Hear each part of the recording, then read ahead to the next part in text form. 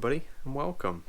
So it's been a very long while since I've done any kind of video or uploaded anything to my channel, and basically it's just because I've been so busy with my normal job that I haven't had time to do anything, and I just haven't had the energy to do anything. But now is the time for change, because now, well, as you can see, this place is a tip, and there's a reason for that.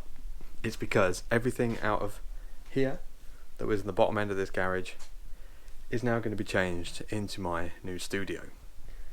So the plan is, let's just run through this really quickly. So what we're going to have is, over here we're going to have the desk and the computer and all the gizmos and magic stuff that make everything happen.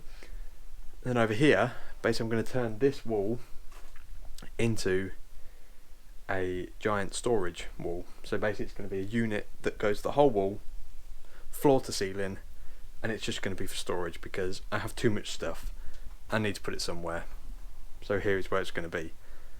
But before we do that, we have a bit of a problem, because basically this up and over garage door, it's called an up and over because it goes up and over your head. When it's open, it takes up half the room. So it's like all the way over to here. So the first job, once I've cleared all this out, is to change this garage door. I've looked at many options. This has been something I've been thinking about for a very long time, and I think the best option is to go for a wooden barn door style, which is that like I have at the front. So once I've cleared this wall, we're going to take this door off and we're going to replace it for a wooden one. I've never hung a garage door by myself before, so could be interesting, but I'll bring you guys along for the ride, and yeah, we'll see how it goes. But first off, we need to get this wall completely cleared so that we can make some room, and then I can start putting in the stud work, putting up the storage unit, and then move the majority of the stuff into the storage cupboard. Then it will give me more room to work with other things. This is what happens when you have too much stuff and nowhere to put it all. You have to do things in bits. But it should look good when it's finished. So let's start stripping it.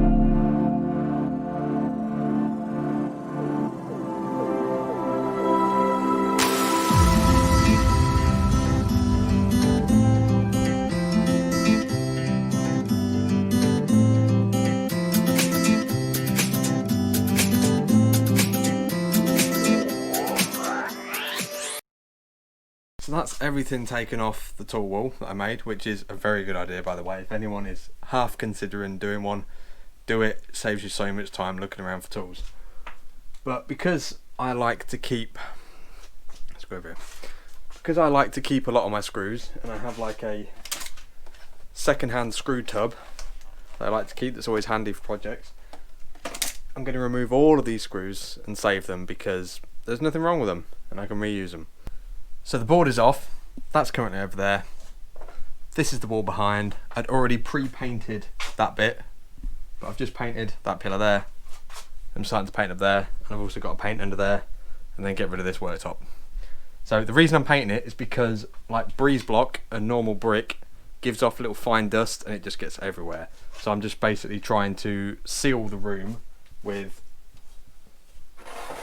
just high gloss white, which is used for like banisters and, you know, painting skirting boards and that sort of thing.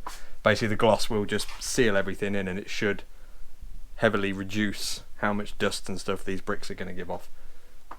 Obviously I can't get in all the little bits. I could if I sprayed it, but I'm not going to spray it because it's night time, everybody's in bed, and I don't want to wake anybody up. So yeah, I'm just going to basically do this whole wall white and underneath, get rid of this worktop, and then we can start putting some of the frame in.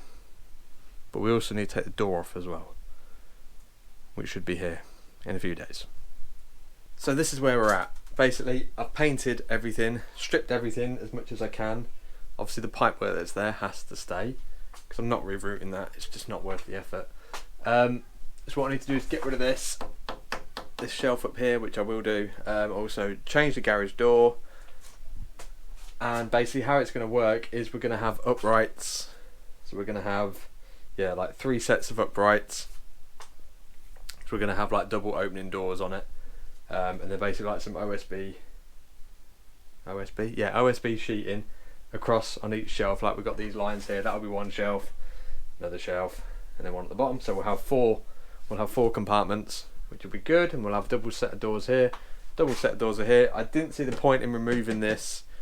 All I'm going to do is I'll take the doors off this, and then just continue with my doors all the way through. But I didn't see the point in taking that out just to put something back similar. So that can stay. That's fine. I might change the inside of it.